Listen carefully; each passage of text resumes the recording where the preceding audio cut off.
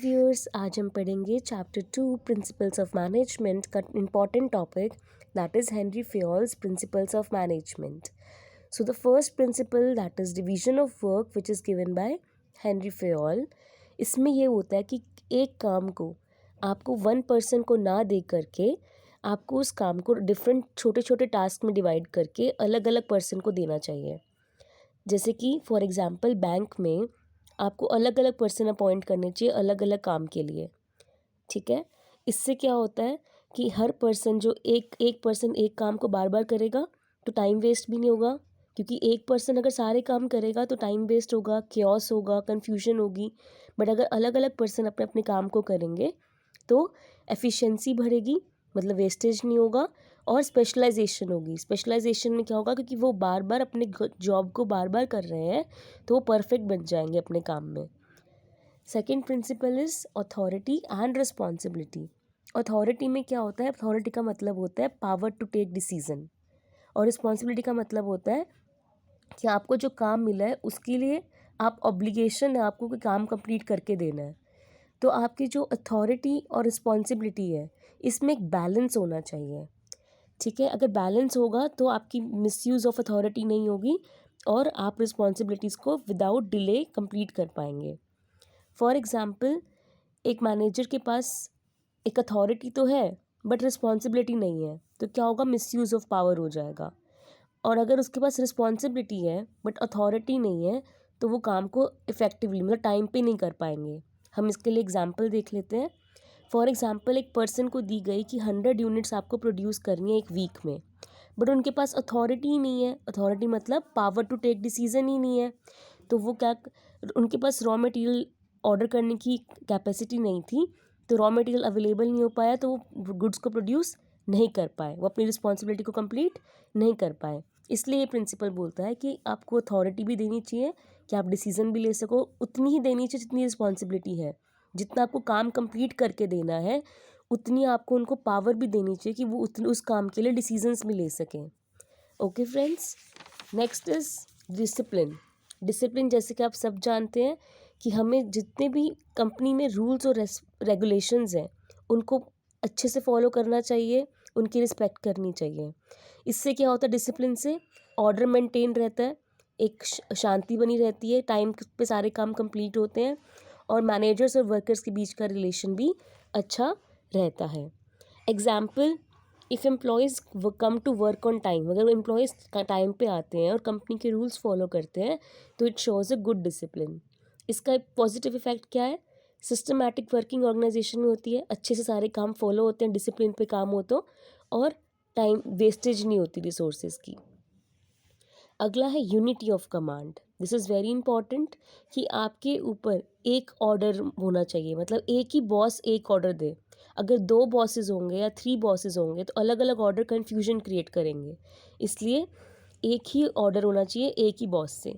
For example, एक employee है production department का, उसे गुड्स को प्रोड्यूस करना है, गुड्स को बनाना है, और उसके ऊपर ऑर्डर आया है प्रोडक्शन इंचार्ज का. जैसे कि डिफरेंट डिफरेंट इंचार्जेस होते हैं, अलग अलग डिपार्टमेंट के हेड होते हैं, तो उनका ऑर्डर आया है कि आपको गुड्स को स्लो बनाना है ताकि क्वालिटी मेंटेन रहे, अच्छी क्वालिटी गुड्स बनानी है और स्लो बनाना है. मगर जो सेल्स इंचार्ज है वो चाहता है कि गुड्स को जल्दी जल्दी बनाओ ताकि जो ऑर्डर आ रहे हैं सेल्स के लिए कि 10,000 यूनिट्स का हमें ऑर्डर चाहिए तो हम वो कंप्लीट कर पाएँ. तो अब क्या हुआ कि एक इंचार्ज तो बोल रहा है कि स्लो काम करो, क्वालिटी मेंटेन, एक बोल रहा है फास्ट काम करो, तो एम्प्लॉय क्या हो जाएगा, कंफ्यूज हो जाएगा. तो इसलिए हमें एक ही ऑर्डर रहना चाहिए, एक ही बॉस होना चाहिए ताकि काम हम कंफ्यूज ना हो और डिले ना हो काम में. Next is unity of direction. Direction मतलब कि जो एक प्रोजेक्ट है उस प्रोजेक्ट के लिए एक ही प्लान होना चाहिए, एक ही हेड होना चाहिए और एक ही गोल होना चाहिए. This principle means that all activities having the same objective should be guided by one plan and supervised by one manager. For example, एक कंपनी एक नया प्रोडक्ट लॉन्च कर रही है, तो जितने भी डिपार्टमेंट्स हैं like production department, marketing department, sales department, इन सब के ऊपर एक हेड होना चाहिए और एक ही प्लान होना चाहिए ताकि जो नया प्रोडक्ट है वो अच्छे से लॉन्च हो सके. Next is subordination of individual interest to general interest. इसका मतलब है कि एम्प्लॉयज़ अपना खुद का फ़ायदा देखने से पहले ऑर्गेनाइजेशन का फ़ायदा देखें कि ऑर्गेनाइजेशन का गोल क्या कह रहा है। For example, before buying raw materials, manager को देखना चाहिए कि कौन सा सप्लायर किस प्राइजेस पे रॉ मटेरियल दे रहा है और क्या क्वालिटी प्रोवाइड कर रहा है, और जो सबसे बेस्ट प्राइस पे बेस्ट क्वालिटी प्रोवाइड कर रहा है हमें उससे ख़रीदना चाहिए, ना कि अपने रिलेटिव से। ठीक है, तो अपने इंटरेस्ट को ना देखकर हमें ऑर्गेनाइजेशन का भला देखना चाहिए कि उनका ऑर्गेनाइजेशन का भला किस चीज़ में है। Next is remuneration. रेम्यूनरेशन होता है सैलरी। सैलरी ऑफ पर्सनस में एम्प्लॉयज़ को हमें फेयर सैलरी देनी चाहिए और एडिक्वेट सैलरी देनी चाहिए। फेयर सैलरी का मतलब क्या होता है कि कंपनी कितना पे कर सकती है उसको ध्यान में रखना चाहिए।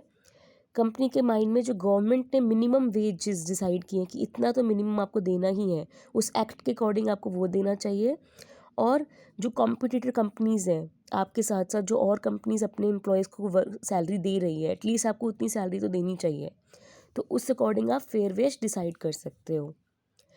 एग्जाम्पल, एक साल वाला कोई कंपनी ने एक्स्ट्रा प्रॉफिट्स अर्न किए, तो एक्स्ट्रा प्रॉफिट्स आप शेयर होल्डर्स और ओनर्स को देने के बाद कुछ पार्ट ऑफ प्रॉफिट आप एम्प्लॉयज़ को भी दे सकते हो एज ए बोनस। इससे क्या होगा, एम्प्लॉयज़ एनकरेज होंगे और मोटिवेट होंगे कि उन्हें और अच्छे से काम करना है और कंपनी के प्रॉफिट्स को इंक्रीज़ करना है।